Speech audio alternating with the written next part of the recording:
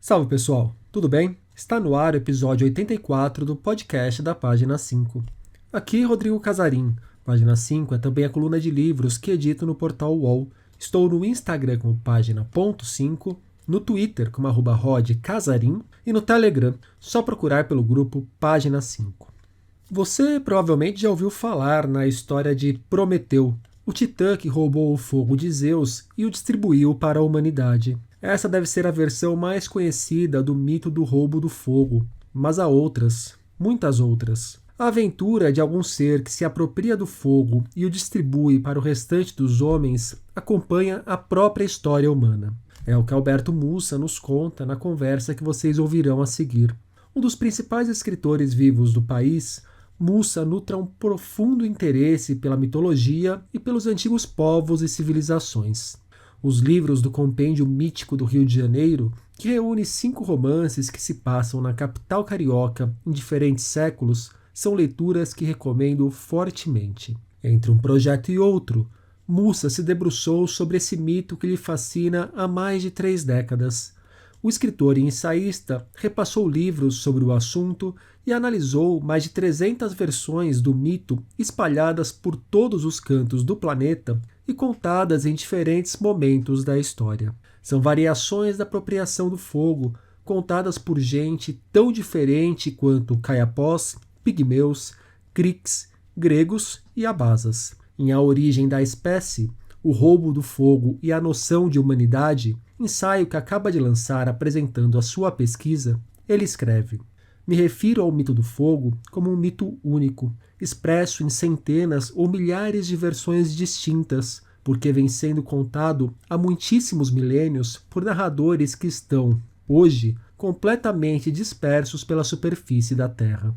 Segundo Mussa, estamos diante de uma das 3 ou 4 histórias mais antigas do planeta. Ela nos acompanha há pelo menos 160 mil anos e é fundamental para entendermos a própria organização da nossa sociedade. Alberto Mussa, obrigado pela presença aqui no podcast da Página 5. Mussa, A Origem da Espécie. Por que esse livro agora? De onde vem o seu interesse pela mitologia de uma forma geral e especificamente pelo mito do roubo do fogo, que você escreve aqui, que te fascina há cerca de 3 décadas? Um amor longo, né? Bastante, né? Obrigado aí pelo convite, Rodrigo. É um prazer. Bom, a motivação mesmo de escrever esse livro veio quando eu terminei o Compêndio Mítico do Rio de Janeiro, porque eu não posso mais voltar ao assunto histórico ambientado no Rio de Janeiro. Posso até voltar ao assunto histórico, mas eu tenho que ambientar em outros lugares, porque senão eu vou destruir um projeto, né, que me custou bastante, né, para construir, que é justamente esse dos romances históricos policiais ambientados na cidade. E eu achava que precisava dar uma renovada na minha imaginação, na minha linguagem, né? Eu vou passar a enfrentar aí um outro tipo de desafio, que é escrever histórias ambientadas no século XX, né? E fora, então, portanto, da questão do compêndio, já dentro que poderia dizer do período em que eu mesmo vivi, que eu testemunhei historicamente, né? Os anos 70, anos 60 e tal, que seria esse meu próximo romance. Mas eu achava que era importante fazer essa renovação. E eu tenho, né, uma série de pequenos projetinhos, que eu não sei se vou concluir todos, provavelmente não todos, né? Tem uma história temática da literatura brasileira, que eu faço anotações, não sei o quê, umas coisinhas assim. Os projetos pequenos, né? Projetos sim, simples. Você vai até a padaria e conclui um Simples, projeto pois desse. é. Tenho também, tipo, introdução às mitologias indígenas do Brasil, umas coisinhas desse tipo, assim, que eu vou rascunhando, vou fazendo. E eu tinha anotados também num documento do Word, que eu acabei integrando ao volume final, que eram os resumos de história do mito do roubo do fogo, porque desde muito cedo eu comecei a achar estranho, né, notar que havia alguma coisa de especial no fato do fogo ser quase sempre roubado. enquanto outros bens da cultura, eles entram nas sociedades, na mitologia dos diversos povos do mundo, em geral como uma doação de um deus, né, um demiurgo, né, como a gente chama, né, um ser poderoso, sobrenatural, ou um herói, etc. Então, assim, por que essa especificidade, né? Por que que o fogo, ele em geral é roubado? Então, isso sempre me chamou a atenção, desde que eu comecei a perceber que não só a história do Prometeu tinha a história do roubo do fogo, mas na mitologia indígena e nas mitologias africanas também. Então, que são as mitologias, digamos assim, que eu conheço um pouco melhor. Na mitologia grega, pela questão da formação literária, a gente é obrigado, e até porque a mitologia grega é um esplendor, né? É extremamente fascinante, mas as mitologias, tanto indígenas do Brasil quanto as mitologias da África, com que eu tive contato também, me levaram a essa curiosidade. Poxa, mas é realmente interessante como o fogo é, em geral, roubado. E aí, nesse intervalo, né, em que eu precisava fazer essa reciclagem de vocabulário, linguagem, imaginário, para a questão do romance, eu decidi, então, estudar essas histórias. E foi aí que surgiu, então, a origem da espécie, né? Foi a partir dessa motivação. Você coloca como sendo uma das 3 ou 4 histórias mais antigas da face da Terra. Só para situar nosso ouvinte, quais seriam as outras? Sim, exatamente. Eu cheguei a essa conclusão, e isso aí, inclusive, é um dos capítulos do livro, né?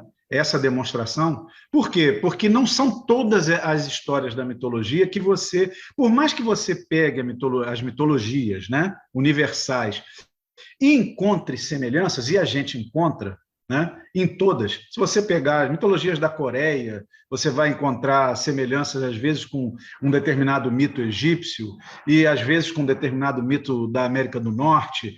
Isso tudo é possível, mas há certas histórias, algumas delas, que me parecem são muito recorrentes. Uma delas, além do roubo do fogo, uma outra história que aparece em tudo quanto é lugar é o do dilúvio, a do dilúvio, o mito do dilúvio. Então, um mito que aparece, por exemplo, na Bíblia você não encontra a história do roubo do fogo, mas você tem o dilúvio, né? Você tem também histórias muito frequentes sobre visita ao mundo dos mortos. Então, as mitologias aparecem, tem um personagem, um determinado personagem, que faz uma visita aos mortos. Então, é o primeiro conhecimento metafísico, provavelmente, né? A entrada no universo dos espíritos, etc. Então, eu acho que eu falei 3 ou 4, é porque é impreciso, eu não tenho certeza. Mas as que eu acho que são as mais antigas são essas 3. Você para explicar, aí começa a entrar no livro propriamente dito. Você para explicar essa coincidência, você só tem 3 possibilidades.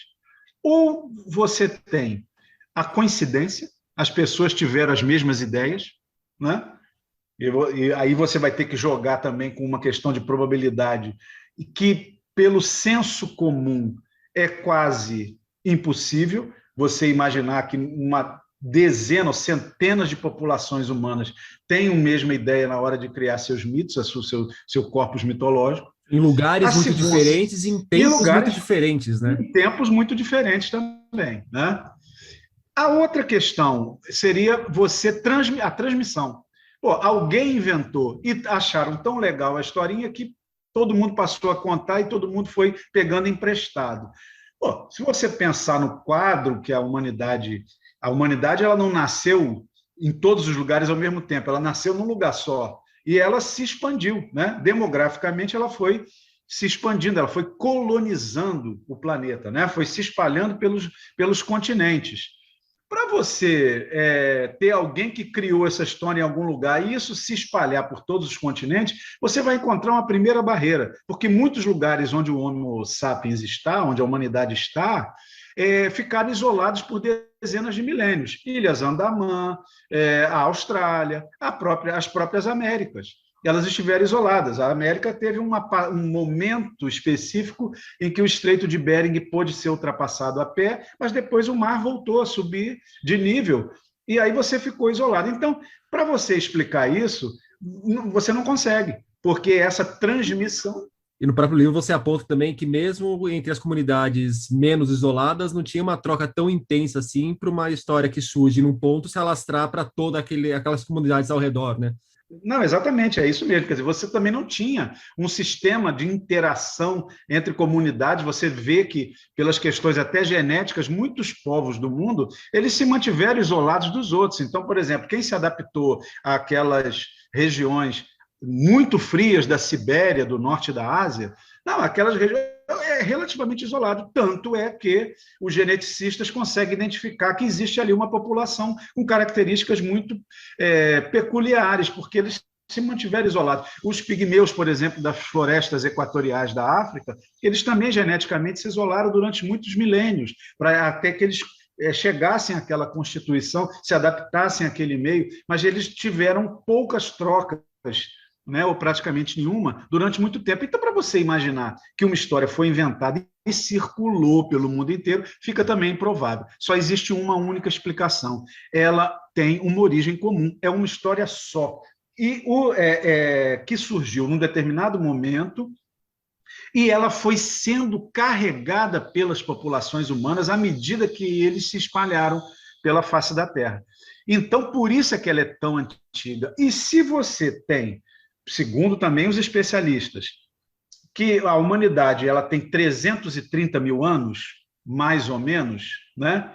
Essa história ela tem, no máximo, esses 330 mil anos, a não ser que ela tenha sido emprestada por outros tipos de outras espécies de ser humano, o que a gente não pode afirmar, porque aí já entramos num terreno completamente especulativo e fantástico quase, mas ela tem, no máximo, 330, e ela vai ter, no mínimo, 160, porque 160 mil anos é a data que se diz da vida da chamada Eva mitocondrial, que é uma mulher africana ancestral de toda a humanidade viva, né? Então, todo mundo que está vivo hoje descende dessa mulher.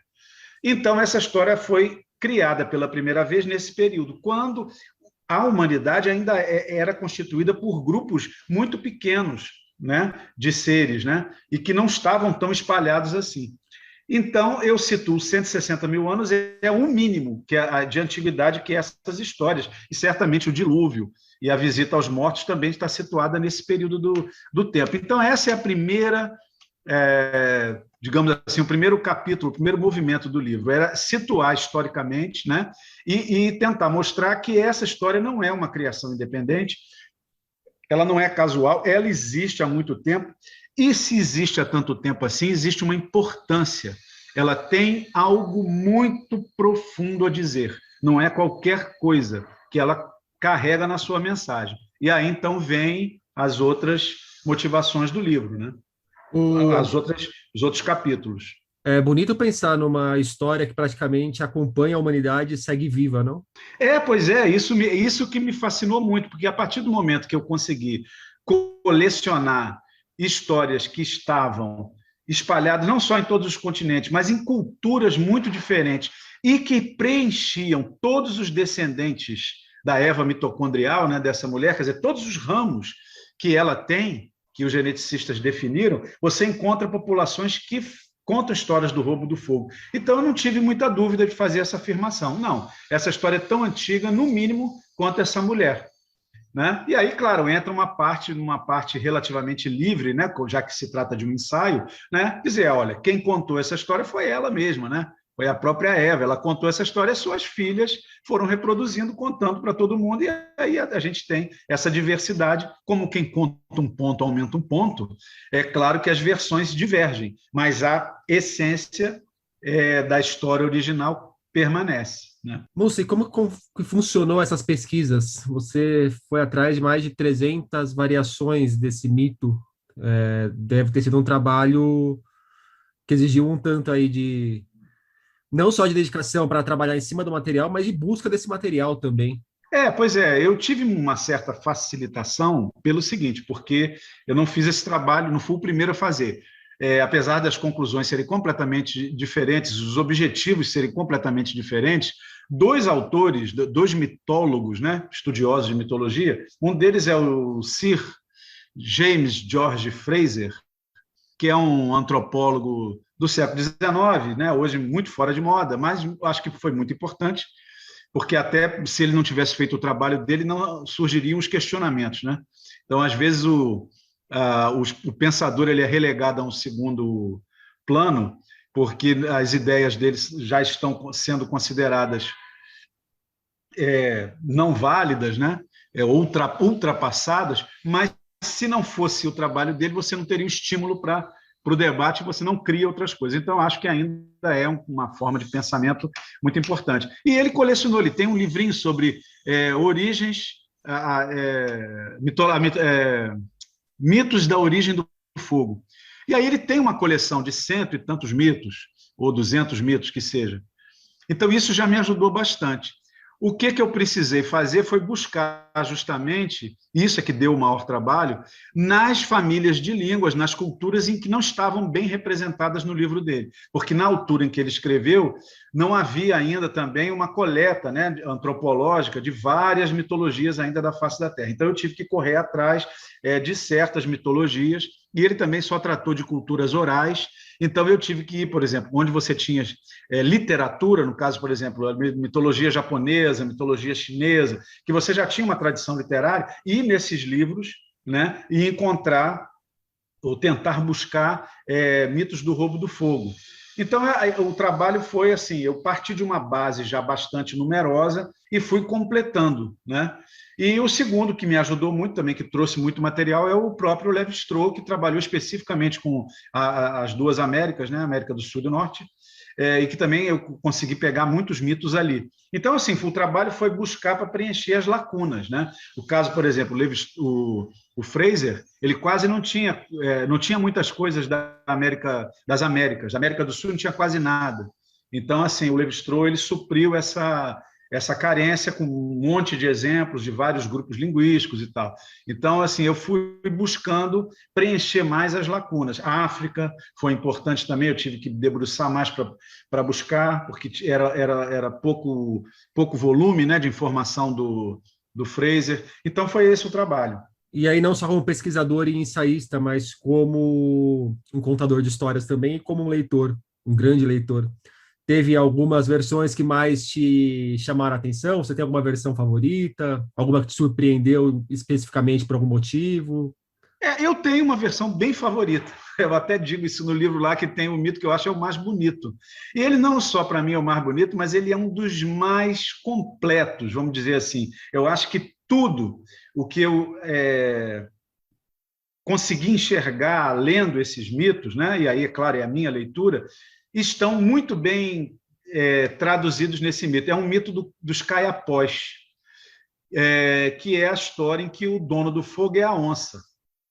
Então, a onça é a dona do fogo, e aí você tem um herói chamado Botoque, e o Botoque vai e ele primeiro fica preso, porque é uma história que é muito bem trabalhada no livro das mitológicas do Lévi-Strauss, mas a partir de um mito bororo. E ele tem semelhanças, tem relações estruturais com esse mito dos caiapós. Então, o herói fica preso num rochedo, porque ele vai com o tio ou um cunhado pegar ovos de arara. Ele joga os ovos, acontece um incidente lá, eles brigam os dois, e o menino fica lá em cima, o rapazinho fica lá em cima preso.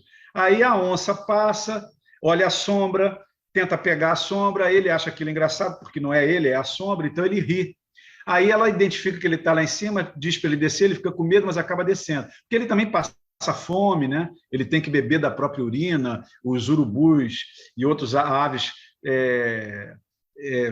lançam excrementos sobre ele, ele está completamente desumanizado ali naquela situação. E aí ele desce e a onça adota ele. Só que a mãe da onça, ou a mulher da onça, não gosta dele, trata ele mal. E aí tem um determinado momento que ela agride ele e tal, uma série de situações, não dá a comida para ele, aí ele descobre que existe o alimento cozido, né? Mas ela não dá os pedaços mais velhos, e aí ele fica com aquele negócio, até que no final das contas, desse conflito todo, com a história da mulher da onça, a própria onça, né, que adotou ele, a onça pai adotivo, né, ela ensina para ele o segredo de fazer o arco e flecha e atirar, e manda matar a mulher. Então vai lá e mata. Ele faz isso, mas ao mesmo tempo ele também, quando ele faz, a onça está caçando, o pai adotivo está caçando, ele vai lá e pega uma acha em chamas e leva para a aldeia dele. E leva, aliás, e leva o alimento cozido e mostra para a aldeia. Acho que é essa a versão. Agora a memória pode ter falhado, mas é mais ou menos uma coisa assim.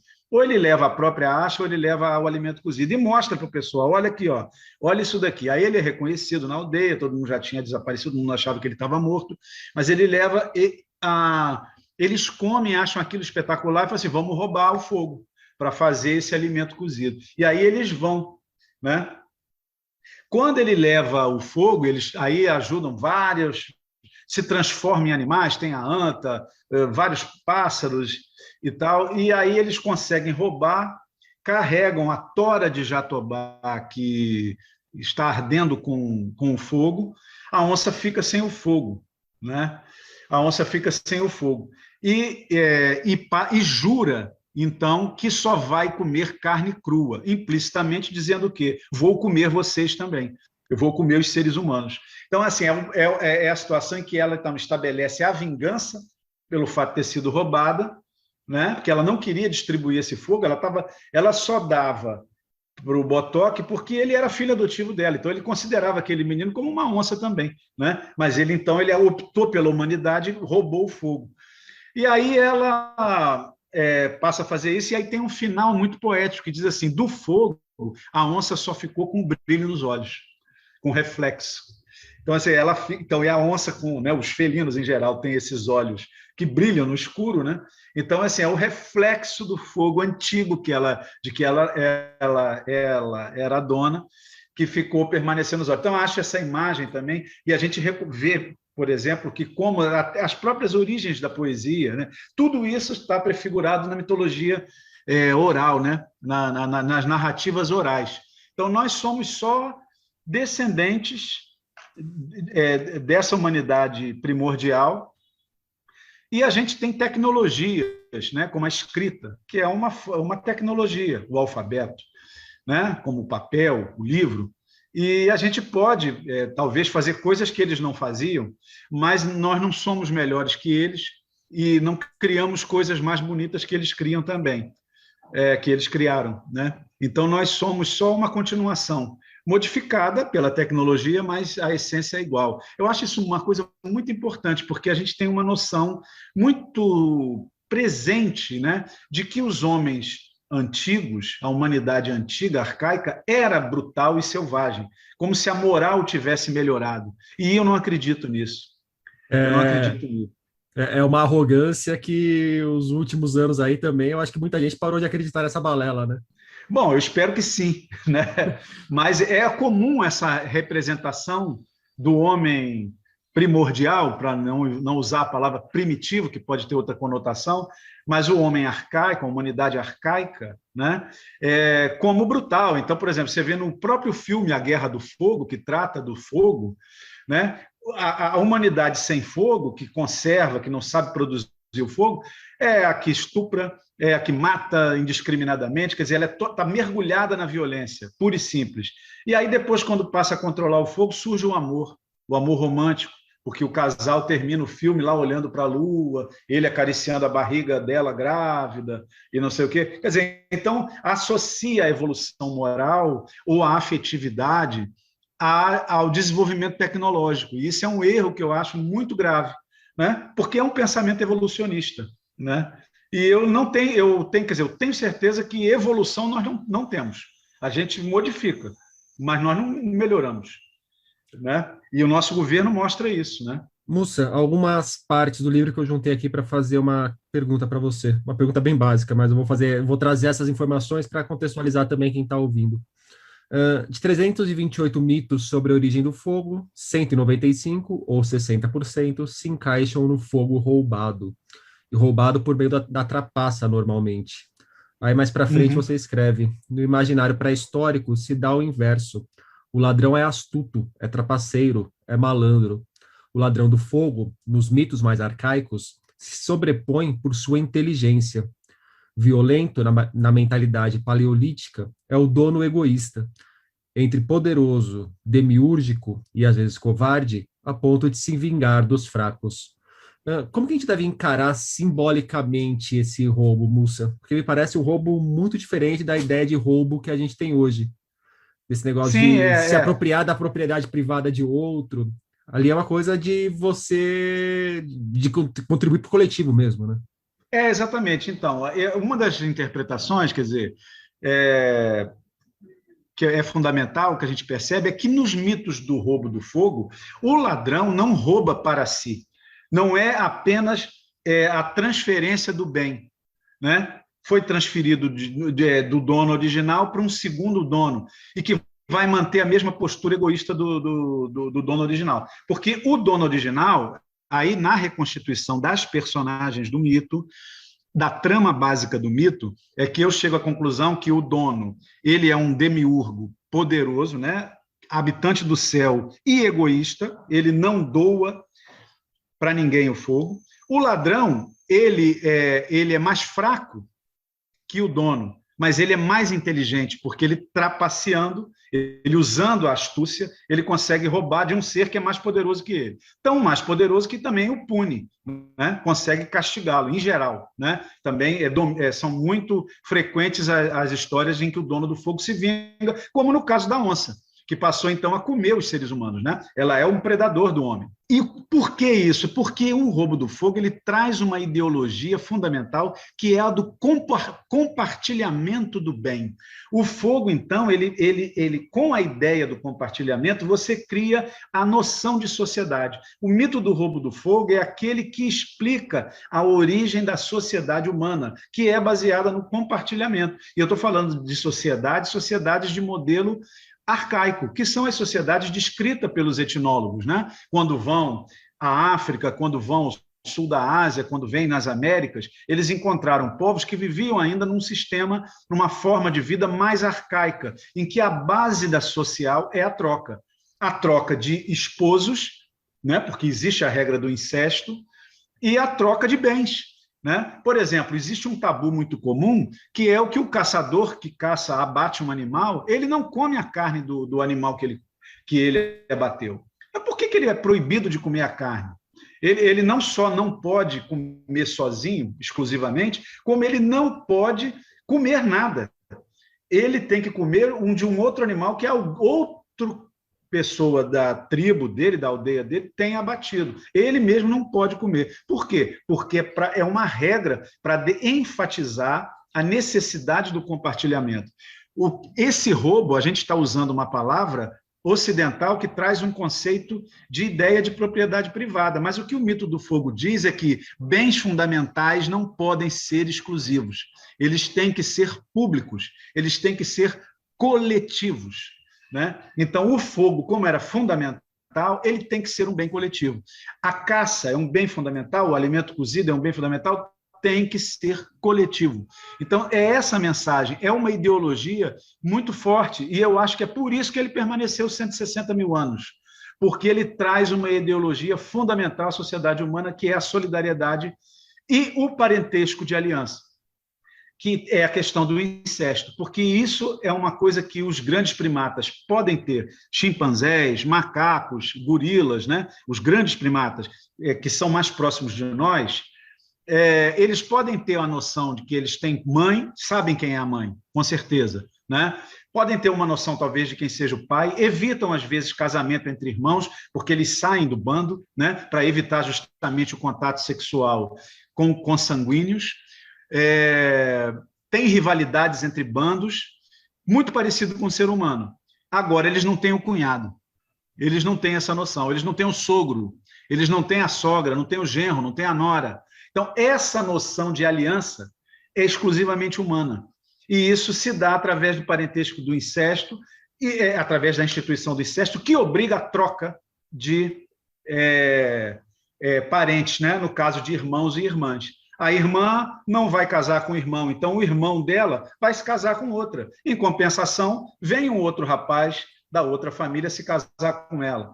Agora, se não houvesse essa regra, você poderia ter o casamento entre irmãos. Né? Essa regra só existe e ela é completamente universal na humanidade, porque você tem a ideia do compartilhamento. E quem conta essa história antigamente, o mito que traduz essa ideia é o mito do roubo do fogo, porque o roubo, depois de roubado, ele é compartilhado. Tá, já respondeu outras duas perguntas minhas, que seria sobre esse olhar atento que a gente tem que ter para a palavra roubo, para não encarar o roubo com o mesmo peso que a gente encara um roubo do celular na esquina, e essa questão do incesto que você constrói mais para o final do livro também. Então, eu vou puxar uma outra questão que está no começo do livro, aliás, bem no começo, que eu achei super curioso. Pessoas próximas, amigas com quem comentei o plano deste livro, chegaram a me desaconselhar, a pedir que eu não o publicasse, já que um tema como esse não calha bem a um romancista. Por que não calha bem a um romancista um tema como esse? É cafona falar de mito ou alguma coisa assim? Não, é porque eu não sou um especialista rigorosamente em nada da bibliografia que eu li, né, para poder chegar a essas conclusões. Então, assim, eu li não só os livros dos etnólogos, né, e mitólogos, mas também teorias sobre mito. Eu estudei a evolução humana, fui estudar genética, fui estudar pré-história, arqueologia. Então, entrei num universo que o único desses universos que eu tive um contato que poderia se chamar profissional, eu iria ser, não fui porque eu tive que abandonar, porque eu estava começando a minha carreira de linguista, né, quando surgiu o Plano Collor, e aí eu tive que abandonar a universidade. Eu tinha vontade de ser professor, eu estava me encaminhando, esperando um concurso público próximo, que eu pudesse fazer um concurso e entrar numa universidade e ser professor e desenvolver minha carreira acadêmica de linguista. Eu já tinha trabalhado com as línguas africanas no mestrado, e por isso que eu conhecia mais a mitologia africana, e passei a estudar as línguas tupis brasileiras, por isso que eu também comecei a estudar a mitologia indígena do Brasil, e me identifiquei muito com ela, inclusive, né? E é uma língua que eu ainda estudo até hoje, o tupi antigo, me interessa muito.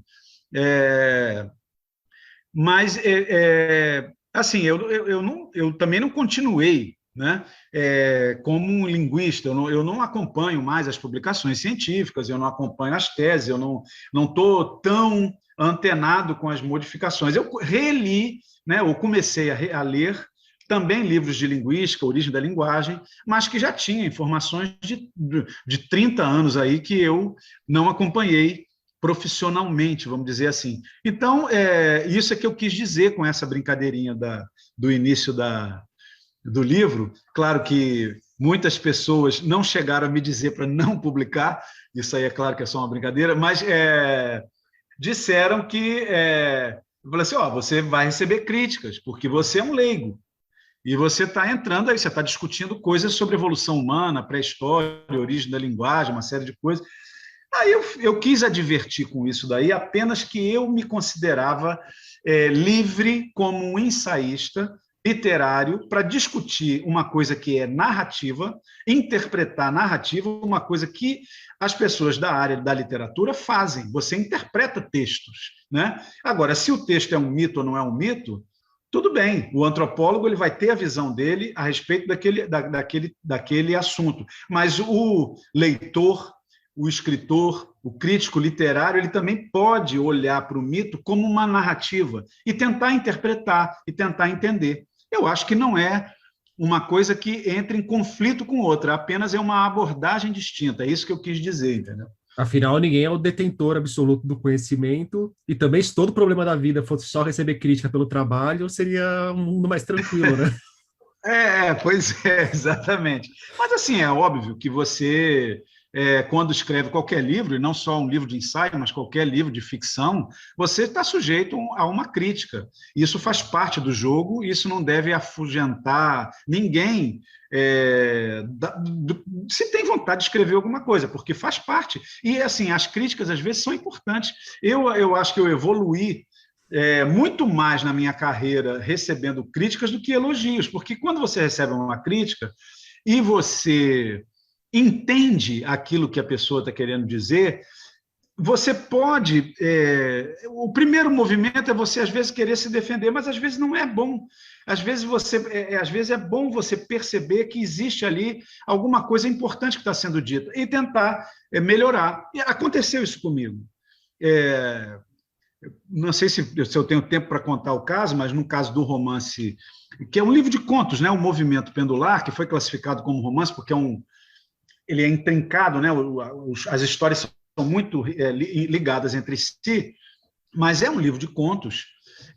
Esse livro eu recebi uma crítica de um cara chamado Flávio Carneiro, que hoje é meu amigo, eu não conhecia ele pessoalmente, e ele disse que achava que o livro era interessante, mas tinha excessos.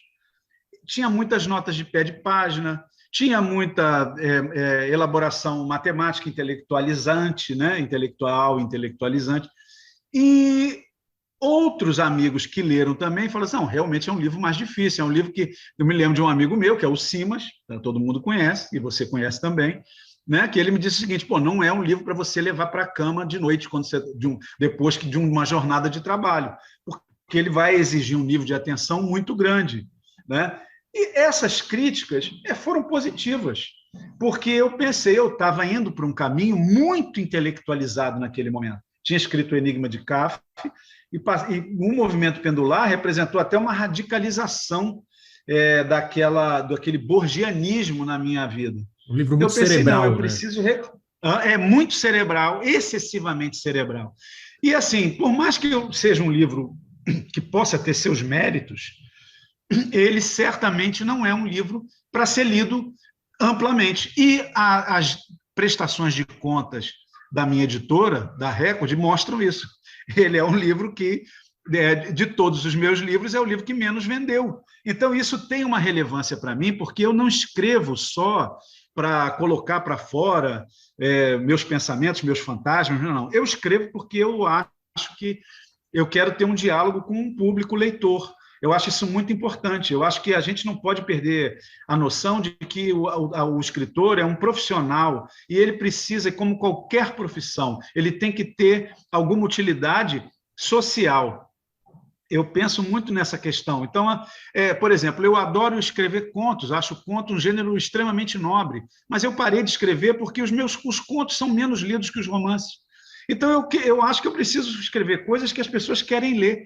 É claro que eu vou vou colocar minhas ideias, minha maneira de ser, meus fantasmas, qualquer coisa desse tipo, não me preocupo com isso. Mas, poxa, se eu puder fazer isso, estabelecendo diálogo mais intenso com o público, é melhor. Por que eu não vou fazer esse esforço? Então, eu comecei a fazer um esforço para me tornar mais popular, para conseguir ser lido, sem prejudicar o que eu quero dizer.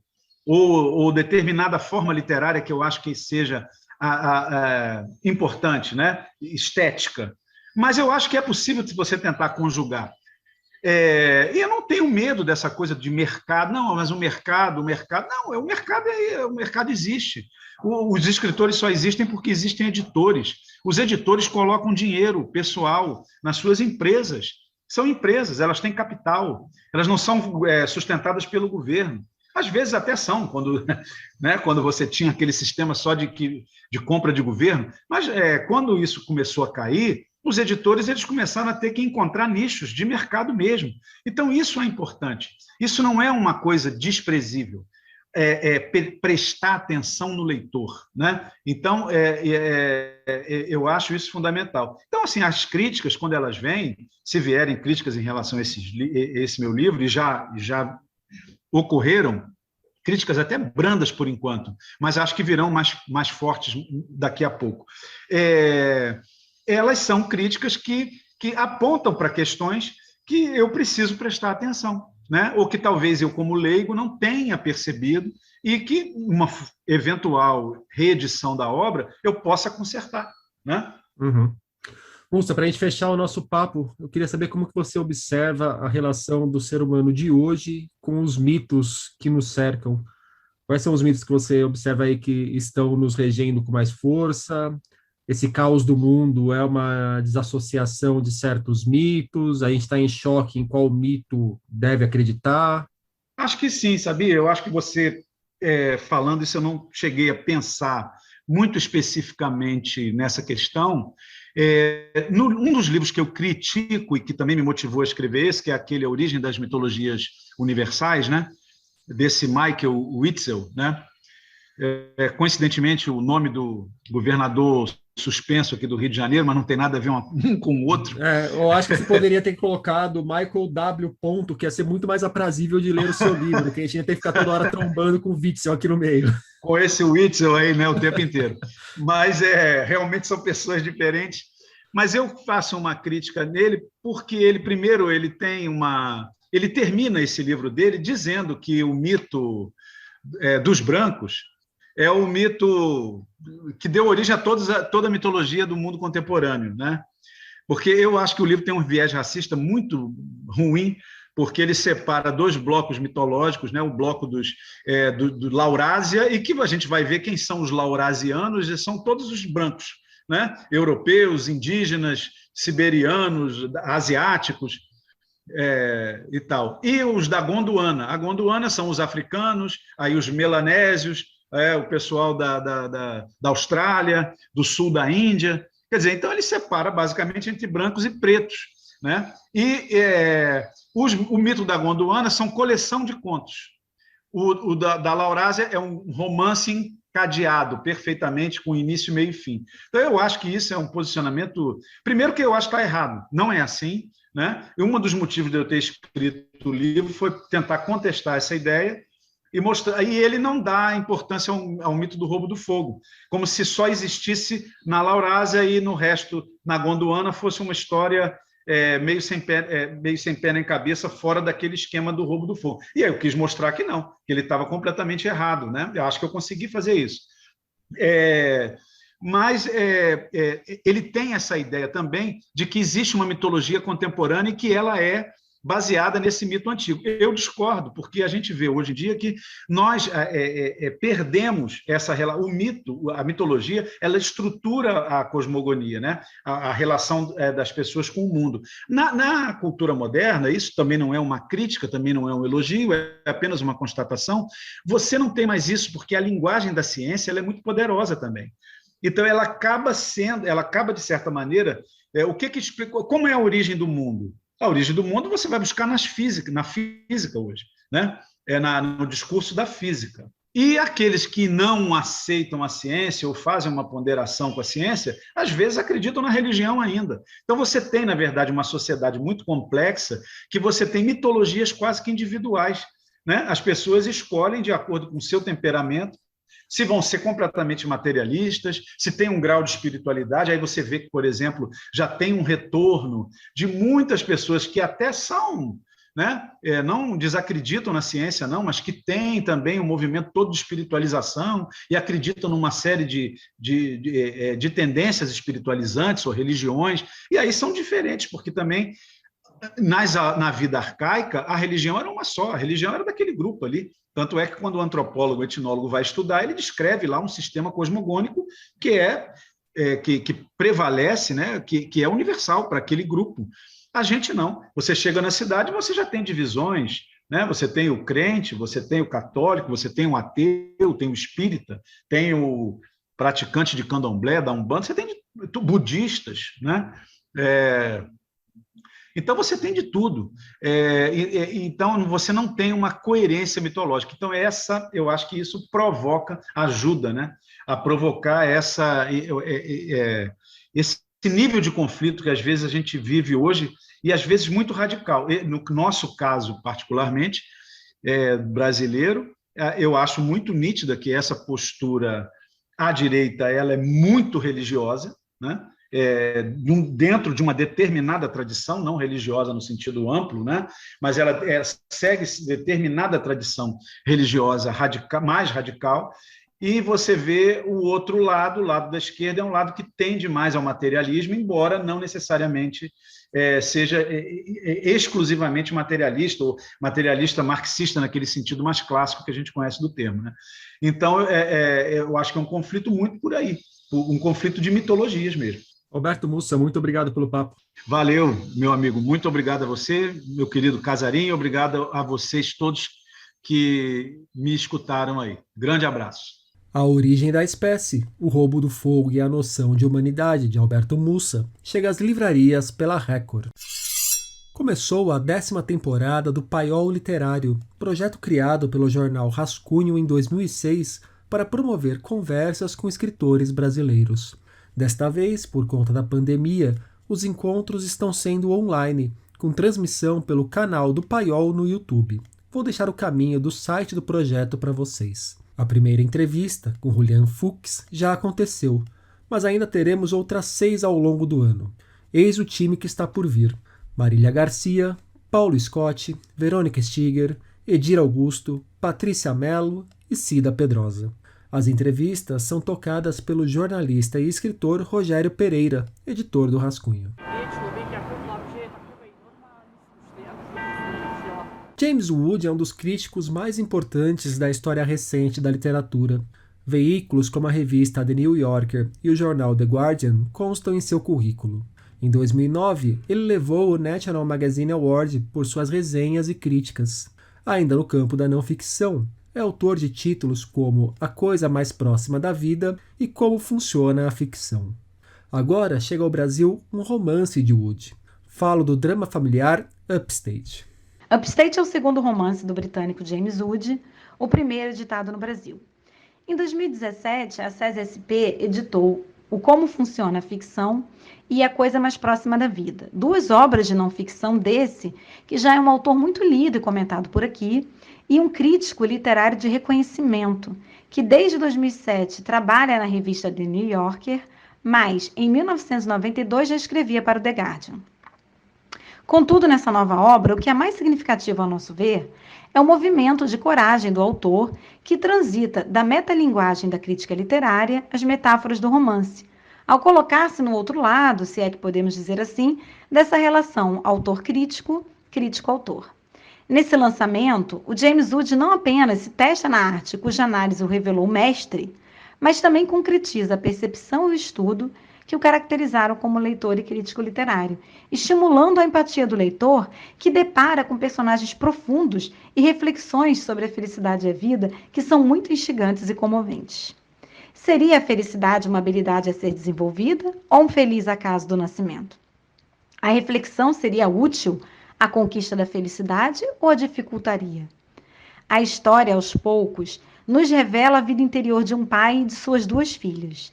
A intimidade que a rotina familiar não pôde desvendar, narrando-nos as emoções de estar, ser e viver no interior do Estado e no Estado interior, a metáfora do próprio título do livro, Upstate. Esse é um livro fascinante, uma história comovente de personagens ricos e complexos, um emocionante drama familiar e pessoal que está disponível nas principais livrarias e nos formatos impresso e e-book. Quem falou sobre o livro pra gente foi Caroline Mori Ferreira, gerente editorial da SESI Editora, casa do livro por aqui. Upstate foi traduzido para o português por Leonardo Frois.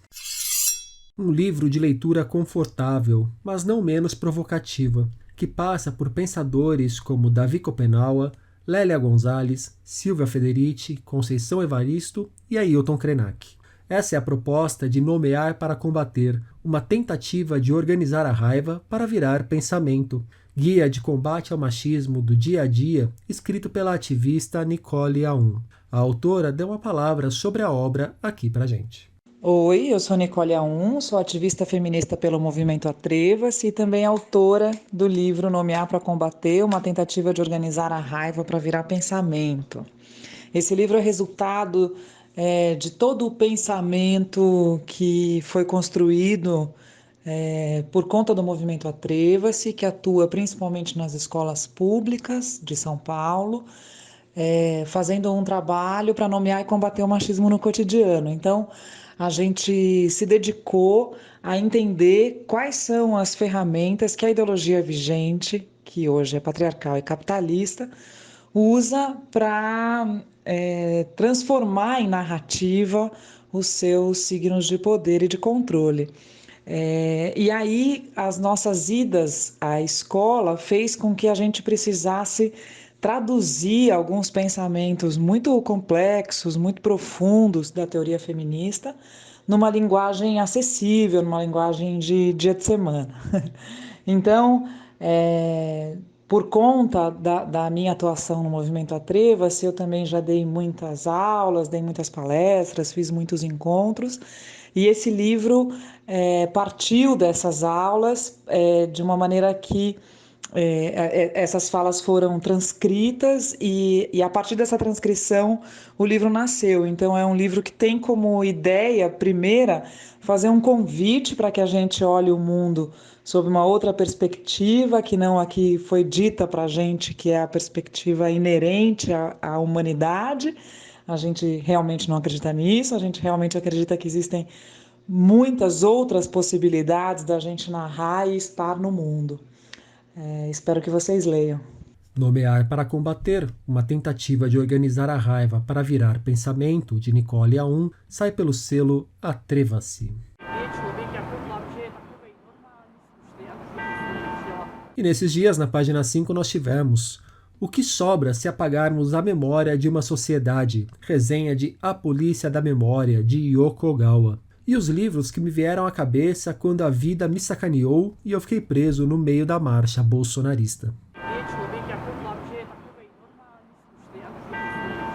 Por hoje é isso aí, pessoal. Indica o podcast tanto para os amigos quanto para os inimigos. Um abraço, um beijo, um aperto de mão e até a semana que vem.